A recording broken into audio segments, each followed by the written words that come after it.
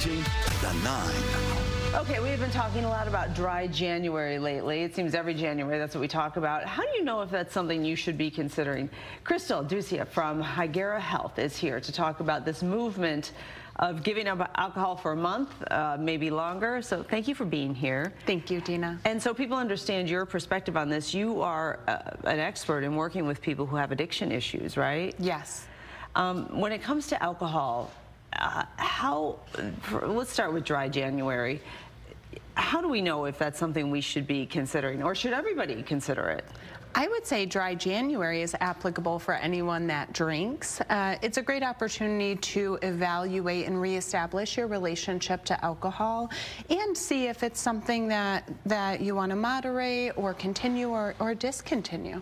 So, Crystal, are there signs that you have an unhealthy relationship with alcohol? Absolutely, and a lot of those are intrinsic. We know we're drinking too much, we're drinking more frequently than we had. When we want to stop, we cannot. It's creating environmental and life problems. We can't show up to work, we're disappointing our friends or family, or not showing up to commitments. But dry January is applicable for everyone, not just those struggling with substance use problems. Yeah, so, and the things you mentioned, that's the kind of the extreme example, yes. Right? Dry January, how can that help us? What should we be thinking about as we go through, and what changes should we be looking for in our bodies? Yes, the crux and appeal of dry January is it's free. It's a free investment in yourself. There's concrete health benefits to it.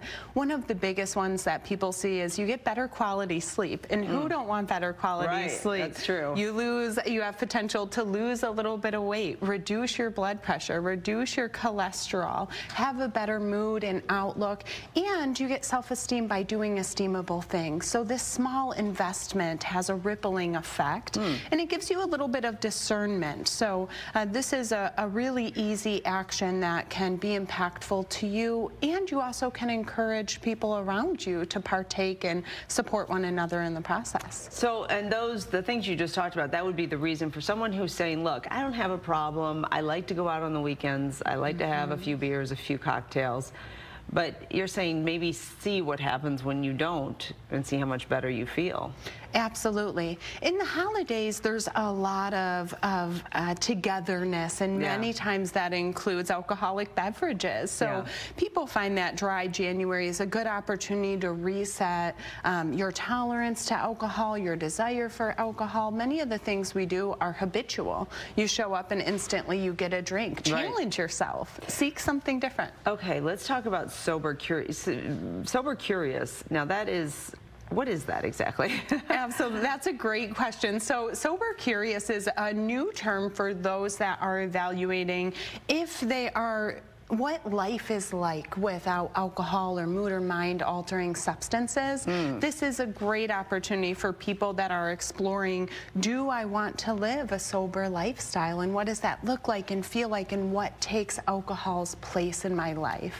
Now, if you're someone who is truly struggling with an alcohol addiction, dry January might not be enough, right? You might need help in navigating this, because that can be a tough path. Absolutely. If you are dependent on alcohol, medical detox is ideal, because there are, alcohol detox is difficult. Some signs and symptoms that you may need a little assistance sustaining or abstaining from alcohol is you get sweats, nausea. Your body will let you know you need a little additional help, and this is a great opportunity to be true to you and ask for help and know that it's available if needed. All right, good information. It's a big spectrum, right? Of what we're talking about in behaviors. There's the website if you want to connect with Crystal. It's hegirahealth.org. Thank you so much for coming in. Thank you, Dean.